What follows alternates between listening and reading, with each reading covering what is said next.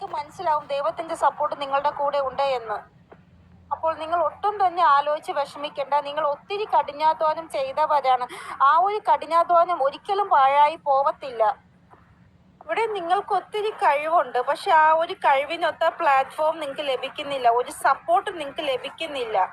ഈ ഒരു കുറവാണ് നിങ്ങൾക്ക് ഉള്ളത് നിങ്ങളുടെ ലൈഫിൽ.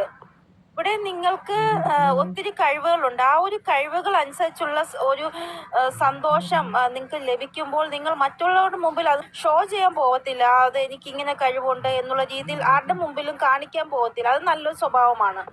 ഇവിടെ നിങ്ങൾക്ക് ഉറപ്പായിട്ടും അബണ്ടൻസും കിട്ടും. അതിൻ്റെ കൂടെ തന്നെ വേറെ പല കാര്യങ്ങളും നിങ്ങളുടെ ലൈഫിൽ നല്ലതാവുന്നതായിട്ട് കാണാൻ സാധിക്കുന്നു. ഇവിടെ നിങ്ങൾക്ക് എപ്പോഴാണെങ്കിലും നിങ്ങളുടെ ലൈഫിൽ എന്ത് കാര്യത്തിൽ വിജയം കൈവരിക്കണമെങ്കിലും ഒരു പോരാട്ടം ഉണ്ടാകും. ആ ഒരു പോരാട്ടത്തിൽ വിജയിച്ചാൽ മാത്രമേ നിങ്ങളുടെ ആ ഒരു വിജയം നിർധാരിക്കപ്പെടുന്നുള്ളൂ. അങ്ങനെ ഒരു പോരാട്ടം നിങ്ങളുടെ ലൈഫിൽ ഉണ്ടാകും. ആ ഒരു പോരാട്ടം നിങ്ങൾ വിജയിക്കുമ്പോഴാണ് നിങ്ങളുടെ വിജയം മറ്റുള്ളവരെല്ലാം കാണുന്നത്. ഇവിടെ ഇങ്ങനെ നിങ്ങൾ ചിന്തിച്ച് സമയം പാഴാക്കരുത്. നിങ്ങളുടെ മുന്നിൽ ഒത്തിരി അവസരങ്ങൾ വരാൻ പോവുകയാണ്. ആ അവസരങ്ങൾ എന്താണെന്ന് മനസ്സിലാക്കി നിങ്ങൾ അത് ലൈഫിൽ വിനിയോഗിക്കുക. അപ്പോൾ ഇനി വരുന്ന സമയം നിങ്ങളുടെ ലൈഫിൽ എന്ത് അവസരം വന്നാലും ആ ഒരു അവസരത്തിൽ ആക്ഷൻ എടുക്കുന്നത് നിങ്ങൾക്ക് നല്ലതാണ് എന്ന് നിങ്ങൾ ആദ്യം മനസ്സിലാക്കുക. ഇങ്ങനെ നിങ്ങൾ ഒരു ആക്ഷൻ എടുക്കുകയാണെങ്കിൽ നിങ്ങളുടെ ലൈഫിൽ മണി ഭയങ്കരമായിട്ട് വരുന്നതായിട്ടാണ് കാണാൻ സാധിക്കുന്നത്.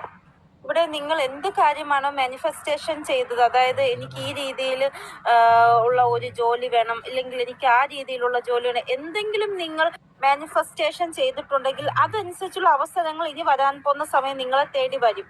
അപ്പോൾ എന്ത് അവസരം വന്നാലും അതിനെ താമസിപ്പിക്കരുത്. അതിനെ ഡിലേയിൽ കൊണ്ടുപോവാതെ പെട്ടെന്ന് ഒരു തീരുമാനം എടുത്ത് ആ ഒരു അവസരം വിനിയോഗിക്കുക നിങ്ങൾ നിങ്ങളുടെ ജീവിതത്തിൽ. അപ്പോൾ ഇവിടെ ടേക്ക് ആക്ഷൻ ആണ് പറയുന്നത്. അപ്പോൾ എന്ത് അവസരം വന്നാലും നിങ്ങൾ ആക്ഷൻ എടുക്കുക.